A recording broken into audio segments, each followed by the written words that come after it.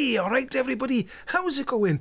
Now then, I seen a story today. Well, it was the usual suspects posting videos on YouTube.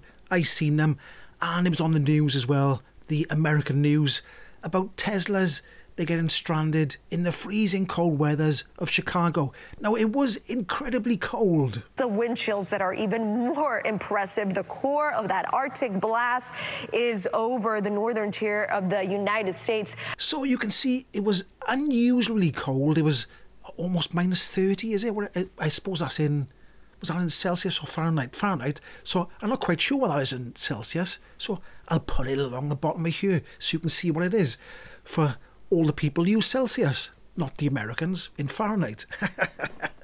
Yeah, it was really cold. It was super duper cold. And a lot of people were getting caught short with electric cars. And they were showing mostly Teslas, because the media likes to sort of have a little dig at Teslas, don't they, when things go wrong. It was some people at Superchargers, and their batteries had been running out. They'd been waiting because there's a number of things, really. Now, they do say that if it's going to be cold weather, you've got to preheat your batteries. That's one thing you've got to do before you even set off. You've got to preheat your batteries. I think it is stated probably in the owner's manual or wherever it is. I mean, some people don't read the owner's manual, do they? But so it was causing all sorts of problems for some people in them cold areas. You know, the batteries were running out. Some of them had to get towed away. Now, I thought, that's unusual, isn't it? Having weather like that all of a sudden come down and then it disappears a couple of days later. But I thought, Norway, they're cold quite a lot. Now I watch Bjorn Nylon, I can't remember his name now, I'll put it by there, Bjorn, and he goes camping in minus 25. He's tested some cars and gone camping in minus 25 in a Tesla, and for some reason he never seems to have much of a problem.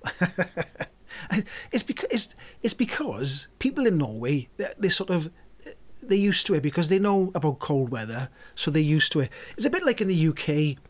If it snows in the UK and people go out driving in the UK and they're slipping everywhere, the car's spinning round, you know what it's like, you've seen it. If you live in the UK, people can't drive in the snow. Yet in Norway, they do it all the time. Now, I know you're going to say they have better tyres and the roads get cleared better, but I'm just saying, from experience, people don't really know how to drive in the snow in the UK, but they do in Norway. Now, it's the same as people, if they have this freakish weather all of a sudden, and they're not used to it in their Tesla, they try and drive it the same way as normal, and it doesn't work out.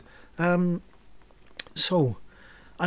think most people know that lithium batteries in the cold, the power isn't as good. You can't charge them as fast.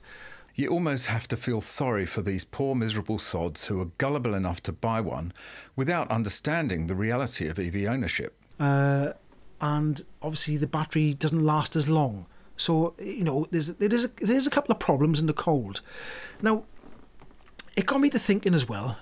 Actually, before I go on to what I was thinking about, there's a little, I'll put something up on the screen by here about Norway, and it's about the recovery service in Norway and the percentage of electric cars they got to cover because the batteries run out, and fossil fuel ICE cars because their batteries run out, the 12-volt battery. And the 12-volt battery number, that's quite high. I'm not quite sure how to do the maths on the whatever I put up on the screen because there's so many percentage of EVs versus ICE cars, fossil fuel cars. So anyway, I'll leave that for somebody in the comment section to do the maths on the how many cars in Norway, blah, blah, blah. You know what I mean.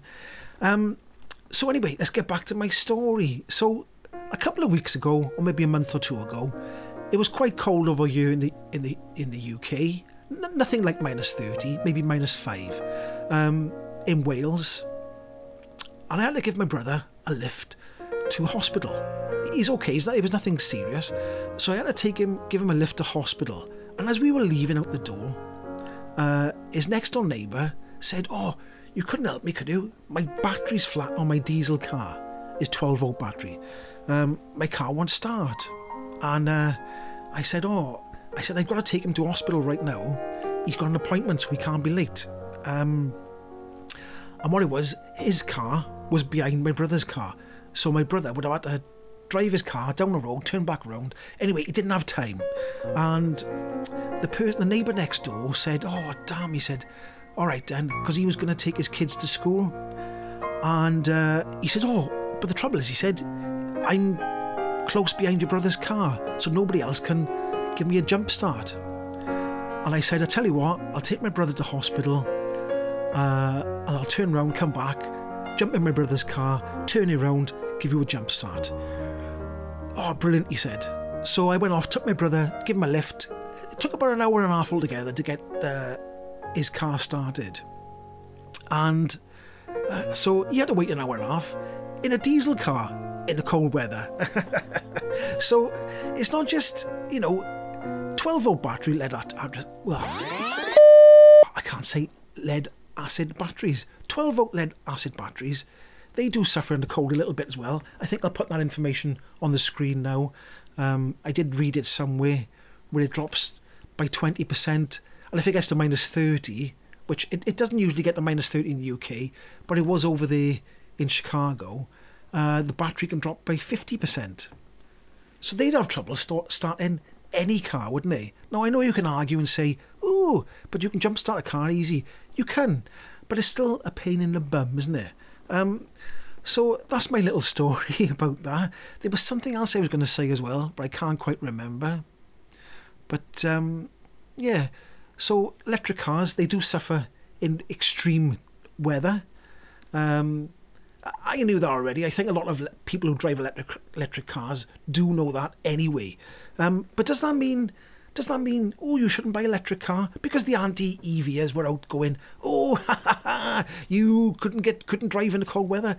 So does that mean you shouldn't buy an EV? Well, I don't think it does mean that, does it? Because if fossil fuel cars don't start in the cold weather for some reason or another, do you say, "Right, that's it, I'm never buying a nice car again"? You don't, do you? You don't. Like when it snows in the UK and I get stuck in and my car's not a 4-wheel drive, do I say, "That's it, I'm not owning a 2-wheel drive car ever again"? No, I don't, do I? So there we are. Am I being reasonable or am I being silly? I don't know. So that was my little, was it a rant? I don't think it was even a rant, was it? I just thought I'd compare apples to oranges, I suppose, is it? I don't know. But I don't think there's that much of a serious problem, because these weather events, they come and they go, don't they? People get a bit fed up. But there we are. And I think maybe, in the future, batteries might get a little bit better in the cold weather. I mean, the range suffers in batteries, but the range suffers in petrol and diesel cars when there's cold weather, because everything's got to work harder. You've got heater on everything. It all puts pressure on the engine, so your miles per gallon drop. But if you've got a bigger range in the beginning, it's not so much of a problem, is it? But there we are anyway. That's what happened with the Teslas. It probably wasn't just Teslas, it was other electric cars as well. But I don't think it's that much of a big deal. Anti-EVers will say, "Ooh, that's another nail in the coffin for electric cars." Nah, I don't think so. Anyway, if you've enjoyed this video at all, give it a like, subscribe, and I'll catch you in the next one. Hoo-hoo!